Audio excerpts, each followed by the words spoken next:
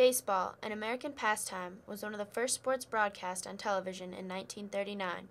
Although the quality wasn't great, fans were finally able to see their favorite teams compete without being in the stands. In the beginning, the game was only covered by one black and white camera along the third baseline. The quality was so low at times that the ball was hard to spot when it was thrown or hit.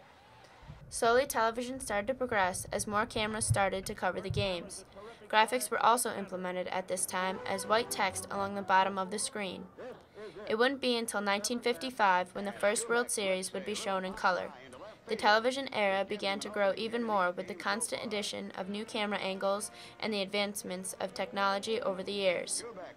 There were only minor adjustments and improvements of graphics and clarity leading up to the new millennium, and that's when individual networks started airing baseball exclusively and HD was introduced to professional baseball. Due to the great success of the New York Yankees in the late 90s and early 2000s, and the fact that the Yankees' television contract with MSG was ready to expire, there was a lot of debate about where the games would be televised in the future. Previously, in 1999, the Yankees and the New Jersey Nets of the NBA had merged their business operations into a company called Yankees Nets. This merger made it too difficult for an already existing station to be able to afford the rights to televise both Yankees and Nets games, so they decided to start their own network.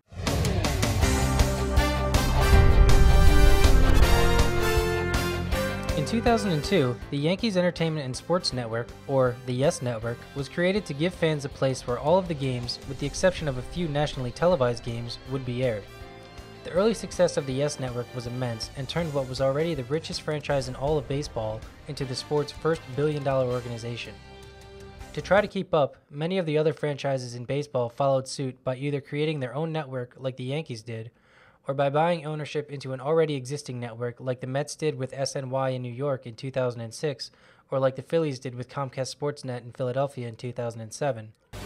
Most recently, in 2008, the MLB Network was created as America's first network dedicated to showing professional baseball 24 hours a day. After 59 years of televised baseball, the number of cameras and camera angles varied greatly, but in 1998, the biggest change in cameras occurred in baseball, the introduction to HD. During the 1998 season, NBC and the Lynn Television Corporation aired the first ever non-experimental HD TV game.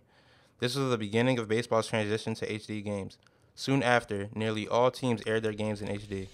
The biggest statement in this transition happened in October 2002 when Fox aired the first ever World Series baseball game in HD.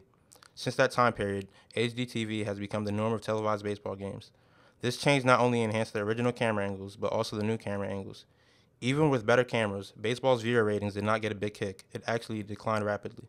Baseball's decline can be attributed to other things rather than just the quality of aired games. Well, the shift started in about the late 80s, early 90s, when football became much more popular. So baseball has had its steroid issues, it's had a lot of other issues, labor issues in particular. But I would say the main reason it's gone down the ladder in terms of popularity is the growth in the NFL. Though the introduction of HD to baseball has not really had a positive effect on the number of viewers, it has received praise from those who do view it. So how could baseball improve ratings with HD already introduced?